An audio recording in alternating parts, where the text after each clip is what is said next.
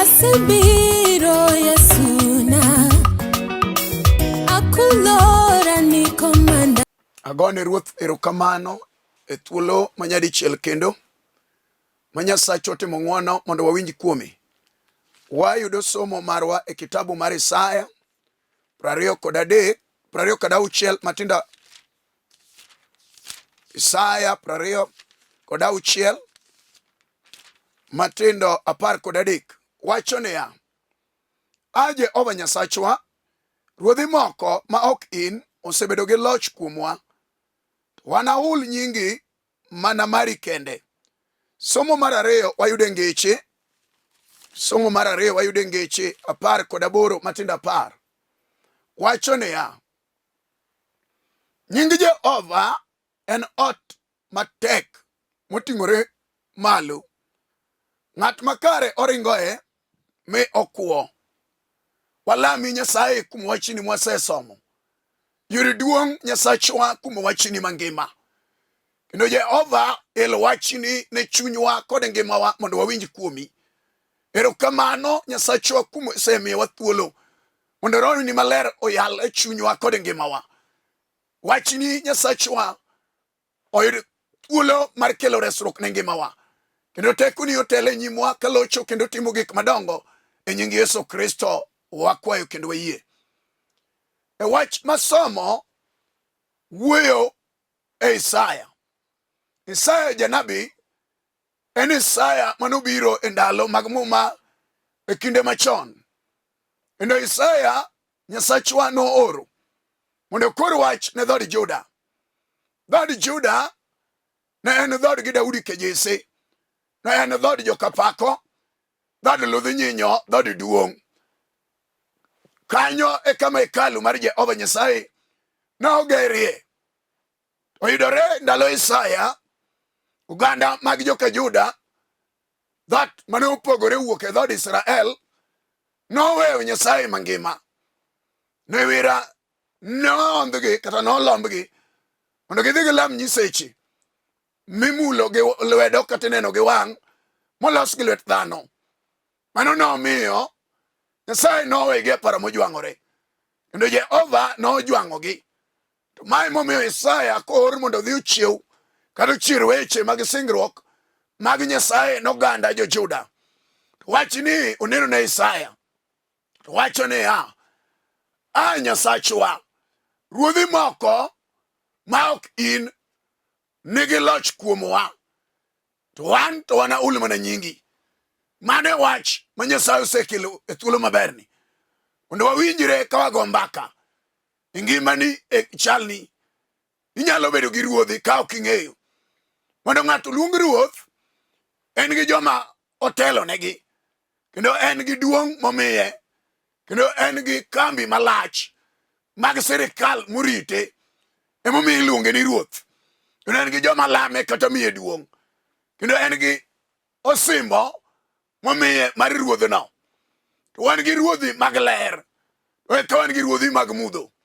Wan gi ruodhi mag piny, to eka wan gi ruodh polo. Wan gi ruoth mosiko manyaka chieng', to eka wan gi ruodhi marumo. Emomiyo e thuolo ma Nyasachwa otimo ng'wononi, wadwa ni wawinjre. Era ujumbe mar wach mabiro wuoye en ruodhi moko. Isaya wacho ni ruodhi moko. Mano e gima Nyasachwa osewalo mondo wawinjre kodi ka wambeko e thuolo maberni. Wera wan gi ruodhi, to eka wan gi ruoth. Ruodhi ng'eny, to wan gi ruodh achiel ma ruodhi ka ruodhi miyo duong'. Mano e wach mar okelo ka janabi Isaya paro ne oganda mag jo-Juda ni Nyasachwa, ruodhi moko ma ok in osebedo gi loch e wiwa. Ruodhigo oseketowa e sumbini.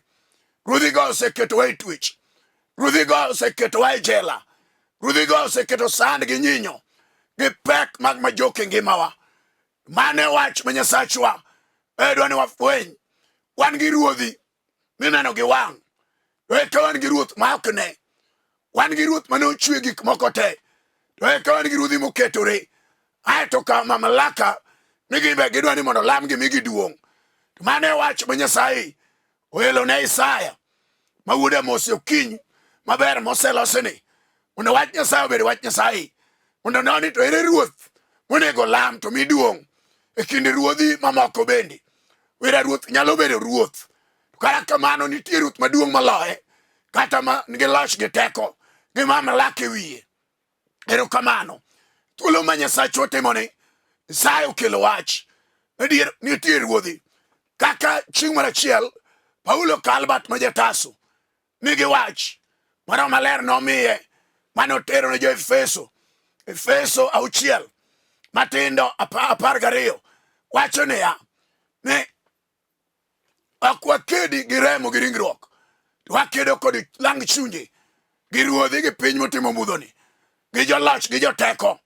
Mane momiyo ka wawinjore to nego wayudo niya Isaya janabi noneno weche moko ni nitie ruodhi. Wan gi ruodhi mag piny motimo mudho, wan gi ruodhi man gi loch gi teko, wan gi ruodhi magalagala ma ok odewo gimoro amora ne oganda ma koth dhano e bwo wang' chieng'. Mae wach maber monego non to non ni en ruoth mane masandi kendo ti. To wan gi ruoth achiel ma bende ibiro yudo duong' ka ng'ato omedo gi elruok ni ruodhi matiyo to gi ruoth monego yud duong'. Ere man gi loch, ere man gi duong'. Duong' odogna mina jaler. Mane wach ma Isaya oelorene maler ni Jehova Nyasachwa ruodhi moko ma ok in nigi loch kuomwa, to wan aul mana nyingi in Jehova. Mane wach madwane owinjre. Ing'eyo ruoth manyalo sandi, ing'eyo ruoth manyalo tiyi. Samoro pok oeloreni. Wan gi ruodhi ma ok ne gi wang', noere gin lang chunje. Wan gi ruodhi ma jo mirima, wan gi ruodhi ma jonek, wan gi ruodhi ma josand, wan gi ruodhi ma jothir ji, wan gi ruodhi ma jokel tuoche magalagala, wan gi ruodhi ma joma ji kwe, wan gi ruodhi mag pinyni moramo manolo bol koa e polo. Kaka fwenyo wacho ne gibiro e piny ka gin gi mirima, to ne gibiro kane koth dhano mondo gisand dhano, girwake twech, gikete jela, gikete majok e ngimagi. To mane wach chieng' mar achiel ka Nyasaye wuoyo gi Musa, kitabu mar Rapar mar Chik 28 matindo 47 ni ka ok utiyo ne Nyasachu to unutine ruodhi moko, kendo unutine nyiseche, kendo unubed wasumbnigi. Ruodhi go nobi gi duge, ginibi gi kech, ginibi gi lodi mag nyinyo, mag sand matek, machalo gima notimore e piny Misri ne jo-Israel. Oganda mag Israel kane ni e Misri, umalero niya ne gin e twech, kendo ruoth Farao noketogi e tich wasumbini. Ne giloso matafale ka gigedo pile, gionge kod kwe, gionge kod mor, gionge kod chia, gionge kod gima ginyalo wacho. Wachno nosandogi mane giywak ne Nyasaye. Gone ruodhno ni erokamano. Wan gi ruodhi. Ruodhigi oketo jomoko joneki ni rourni. Ruodhigi omako jomoko mateka chamo pok rabolo e ndara. Ruodhi miwuoyo kuomegi magalagalagi momako ji oketo e twech, aeto lochgi oket kuom ji mondo sand ji. Gin josand, chuo moko kata nyiri moko kata mon moko, gikete e jela, wuotho e bath ndara, chamo pok rabolo. Gima gitimo gikia. Ruodhigo omakogi mateka. Ginyalo go gi ruodhigo mbaka, ginyalo wuoyo kodgi, ginyalo lalore kodgi. Samoro ruodhigo riembogi mateka ok ging'eyo. Ruodhigo omakogi mateka, ketogi giting'o osike madongo dongo e bath ndara. Dwani ng'e ruoth ma Nyasachwa wuoye, mane Isaya janabi oneno ni ruodhe moko ma ok in Jehova nigi teko e wiwa. Sekawo mamlaka, gisekawo loch, gisando jo Nyasaye. Wane ruoth erokamano. Thuolo ber jalweny, dwani non ruoth. Wan gi ruodhi moko mag tuo onyalo ane ng'ato piny, gudekre gi tuoche magalagala. Gin tuoche ma kipimo yadhgi ok yudre, tuono ok yude, kata pime gi nonro mag thieth ok nyalo yude. Odak e chunyi dhano, wera gini tuoche mag lang chunje mag chuny ma iye. Mane momiyo Isaya wacho ni Jehova Nyasachwa Ruodhi Moko ma ok in sandowa tesowa ketowa e twech mar lochgi. Gini gi tuoche magalagala mane nonrogi kata korgi gatachgi ok nyalo yude. Tinende kawuono Sai ma jang'wono kelo wach ni Nyasachwa ine ma wanahulo nyingi. Jehova ine ma wanadendi. Kata obedi tuo magalagala mutami ng'eyo, kata obedi tuo mosemany ok oyude, wacho oyudore ni wanami nying Jehova Nyasachwa noduong'. Hallelujah. Ruodhi moko, wan gi ruodhi moko ma ok inyal ng'e korgi. Wan gi ruodhi moko ma pimo wach gi tami. Wan gi ruodhi moko ma jomirima. Wan gi ruodhi moko ma jonek.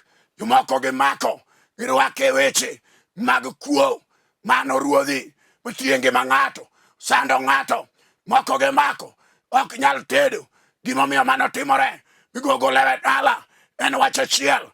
Gin ruodhi moko mag rangach, mag dala, mag remo, mag anyuola, mag miere manonyono piny, mag ruodhi muchwado lwetgi. Ayo kalake to rama dier ni ber onge ni nyi ng'at moro kata dala moro mano ruoth matiyo dalano. Samoro iyudo ruodhi no ero keto dalano gi rangano yala kod twech mag sand mag nyinyo, mag tich baro yien, mag dong' e kor gweng', mag dong' gi dong' mar doyo ne ji. Wach lero ni Nyasachwa Ruodhi Moko dung' odog na mina. En ruoth mane makara kibedo mos to imi wacho ne nitie ruoth momiyo apa olal, nitie ruoth momiyo geno na olal, nitie ruoth momiyo mor na olal, nitie ruoth momiyo chia na olal, nitie ruoth momiyo and olal. Jomoko gi mako lwetgi, pesa ok donjie, lwetgi bedo mana aywe ma pesa kale, pesa magiloso, tije magitimo, wala magiloko ok nyal konyogi. Gina joma nie twech, dongruok onge. Mano ruodhi moro mane obedo piny, mag sasia, mag dhier, mag siko, mag lal, mag dong', mag kwamo, mag thirno. Wach milero Isaya nene ni Jehova Nyasachwa Ruodhi Moko ma ok in osemakwa mateka, gisandowa, gitiyowa, giketowa e twech mar lochgi. Ok gidwa ni wane kwe. Kawuono ne wabiro kelo ruoth mar kwe, mar ono, mar nyalo, mar loyo. Sai mane tie mana Isaya wacho ni Jehova nyingi kende emwabiro ulo, nyingi kende emwabiro chogo, nyingi kende emwabiro pako. Hallelujah. Nyasachwa Ruodhi Moko janabi emo ywak. Sa janabi ywak ni Ruodhi Moko en ruoth mane masandi dichuo, en ruoth mane masandi mama, en ruoth mane masandi kijana. Nyalo bedo ruodhi mag nyasore, mag mer, mag kong'o, mag siko, mag rangach, mag chien, mag galagala. Utamo kijana yudo kwe, kete jela ok onyal neno mor. Wachne malero gokinyi, wan gi ruoth achiel ma wang' no pak nyinge, wang' no yudi duong'. Wan gi ruoth achiel ma wang' no kama malaka. Wan gi ruoth achiel ma ka ng'ato luongo nyinge kelo duoko ne ngimane.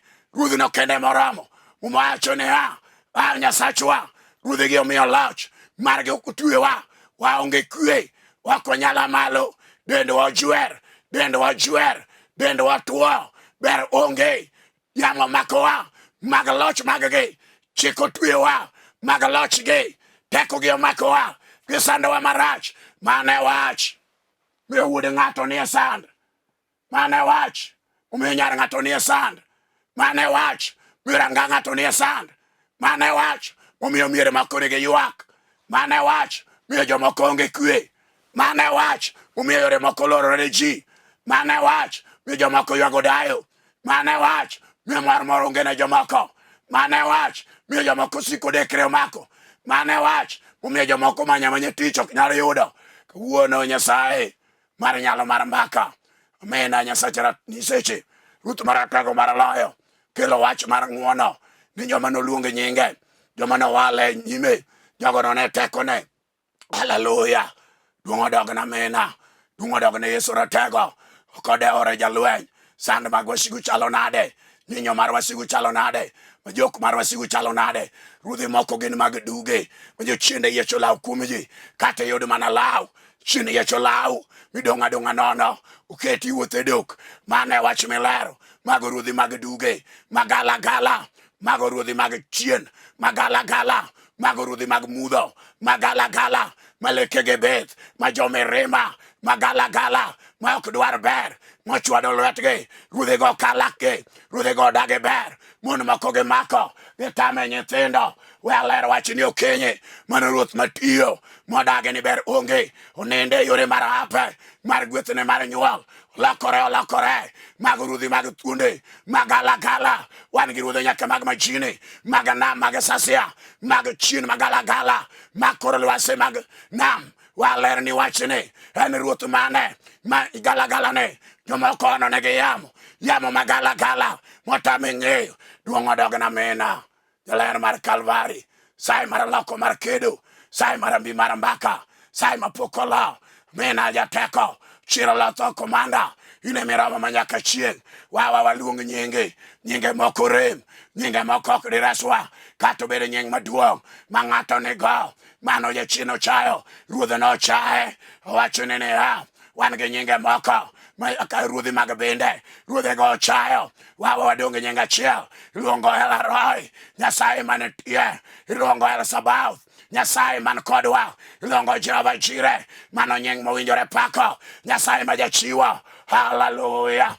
Glory be to Jesus. Duong' odogne manyaka chieng, okodeore, ni en ruoth mane, matawala, en ruoth mane, mathiano, en ruoth mane, muwuok e pap, en ruoth mane, modiyo chwo, en ruoth mane, modiyo nyako moro, en ruoth mane, modiyo kijana moro, en ruoth mane, motamo ji e somo, duong' e pak odogne Yesu, omena ruodh ler, Isaya nene, koni wana ulu nyingi Jehova, wana chogu nyingi Nyasachwa, wana pak Nyasaye maduong', wana pak Nyasache Elijah, wana pak Nyasache Isaya, wana pak Nyasache Noka, wana pak Nyasache Daudi Kejese, wana pak Nyasache Elisha, mane Nyasaye maduong', jal mochwe nam gi gode, jal mochwe aore, jal mochwe gik mineno gi mokne, jal man gi duong' gi loch, jal ma yamo winjo duonde, jal ma pak ong'eyo, jal ma jochiendo ng'eyo, jal ma jachien kirne nyime, jal ma chungo yamo,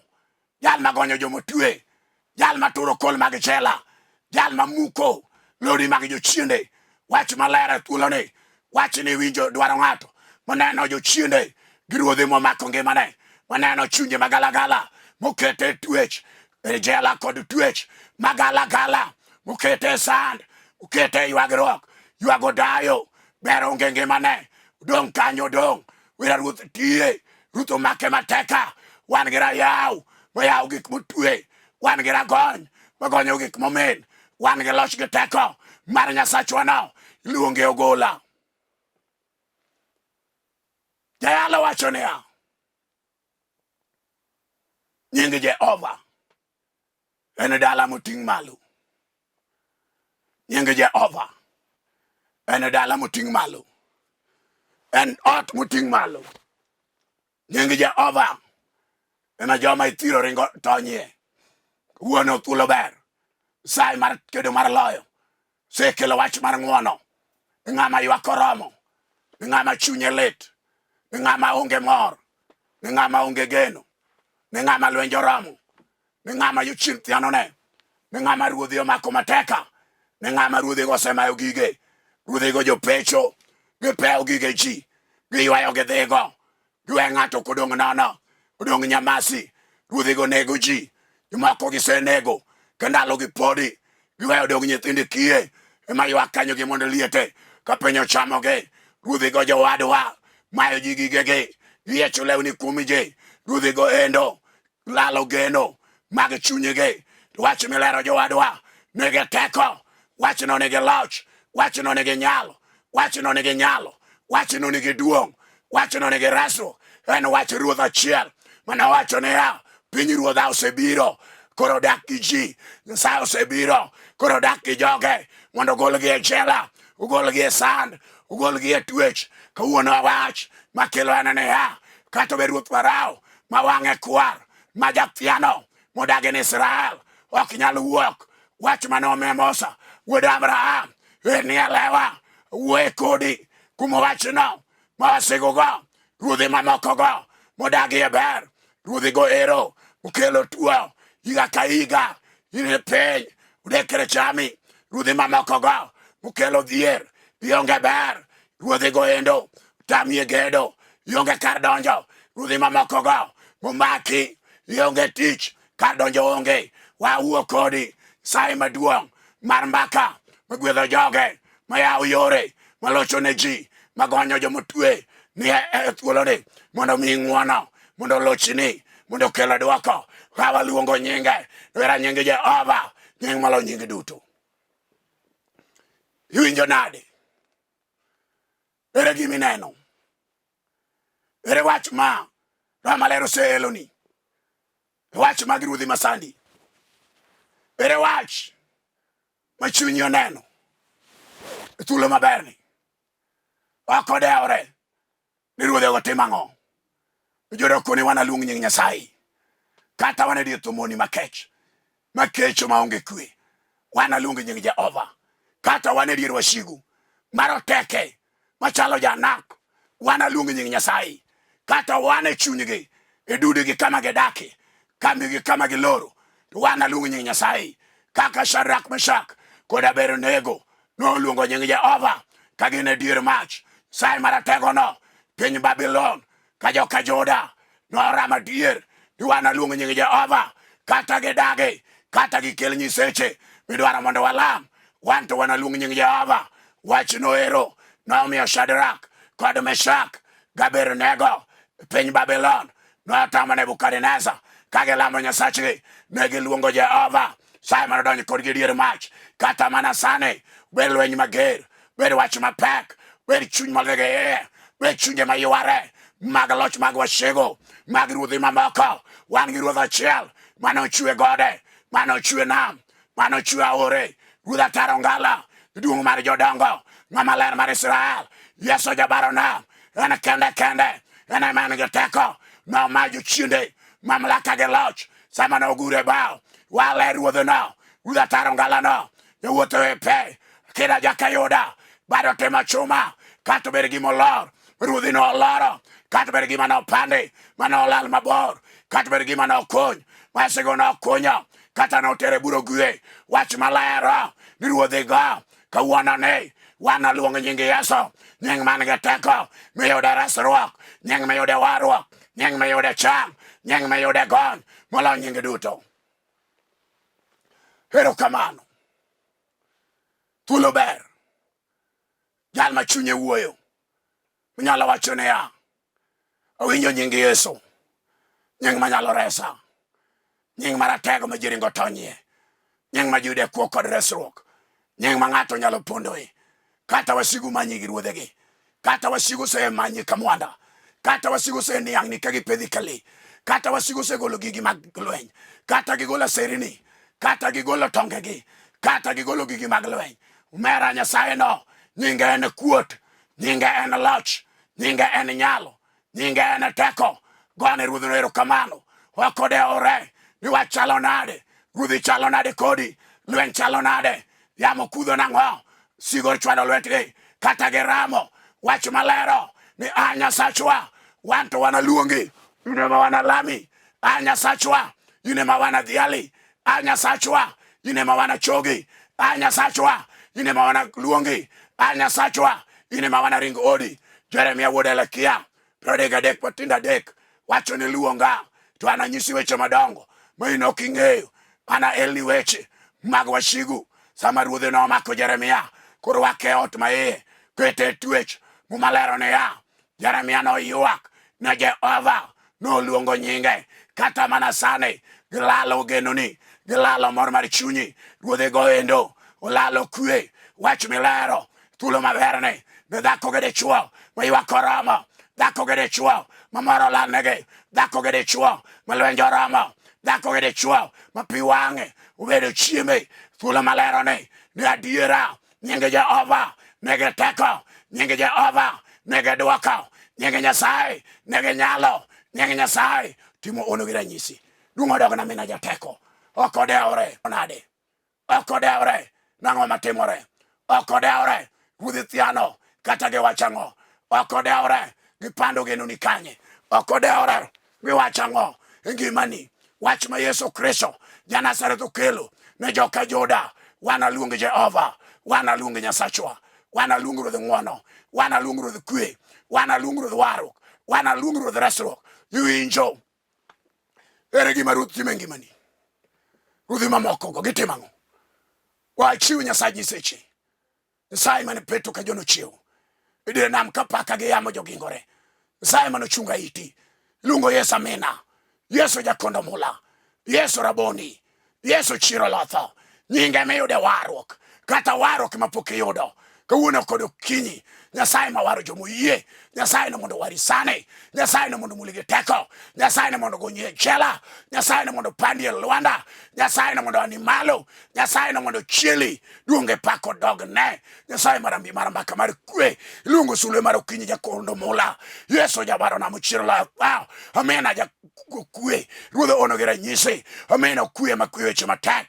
jachang machango joma tuo jal magonyo joma jochino tueyo jal magonyo tonde magalagala jal maturo nyaka lodi mag nyinyo jal manyalo reso ng'ato los nyang jal manyalo daro ng'ato losike jal manyalo golo ng'ato e dong jal magolo ng'ato pidhi yuge jal mamiyo luche dhodho ene momiyo ng'onde amalo kadiro ludhe wuotho Nyasaye mano lich mar mbaka moyawo nyaka wang' muofde ene moparo mondo lit githind kie duong' odogne me nyaka chieng' iwinjo chunya neno ne walam kodi Nyasaye kia piny ruodhi mag nyiseche mag ruodhi mamoko mag chunjego tichomo wang'i kuom nying Yesu nying malo nying duto walam kodi Nyasaye riebadi katego chongi kuom wach misewinjo ruodhi te kulorene ene ruoth mosewal ruodhi te winjo nyinge ruodhi te sarenda ruodhi te weyo gik magisemako koro giweyo gik magimako e ngimani nikech wach moseler matimo ono gi ranyisi mondo ne ono gi ranyisi mar Yesu Kristo walam asepaki kendo apuoyi asedhi ali Nyasaye iwuoro manyaka chieng' jaler amalo kiyudo duong' riebadi Nyasachwa na dichuone kata dhakoni imak gik mosemake itam gik mosetame ruodhi mamoko kawuono gi sarenda inyim ruoth achiel mar polo gi piny ruodhi lewdo ruodhi chieng' ruodhi yogni ruodhi bar ng'ama ler mar Israel Nyasaye joka Juda Nyasaye marambi mar mbaka giwe gik magimako e nying Yesu Kristo jal matuo no changi jal molal no duogi gige manyom mayo duokne e nying Yesu Kristo duong' odogni manyaka chieng' kuom setimone ono e nying Yesu Kristo amen. An ma wuoyo kodu an jati Nyasaye Pastor Alfred Odoyo ajaneno kuom Yesu Kristo atiyo wach Nyasaye piny Kibera kamoro ni Makina kata Karanja ka in gi wach ma chunyi dwar mondo konyi thuolo nitie mondo oyud thuolo mondo lamni Nyasaye namba na minyalo yudago en 0723396805 0723396805 kata 0101396805 mano mar Airtel 0101396805 wach mantie wanyalo lalore mondo Nyasachwa gi ng'wonone omi wakonyre kodi e wach manade ma chunyi dwaro achokora kod riwruok mar God's Divine Word Ministries wan gi branches Nairobi ka Kibera Makongeni Dandora Nyasachwa mondo gwedhi Nyasaye mondo gwedhi oti Nyasaye piny Nairobi ka bwo Lolwe kuom tich maber magitimo Nyasaye mondo tingi malo kendo lochnegi kendo Nyasaye ya mbap Lolwe TV e yor ono e gik madongo kokelo gweth gi kwe kod ng'wono gi ber n'oganda nyingi maduong' Nyasachwa e nying Yesu Kristo akwayo amen. Asebiro Yesu na akulora ni komanda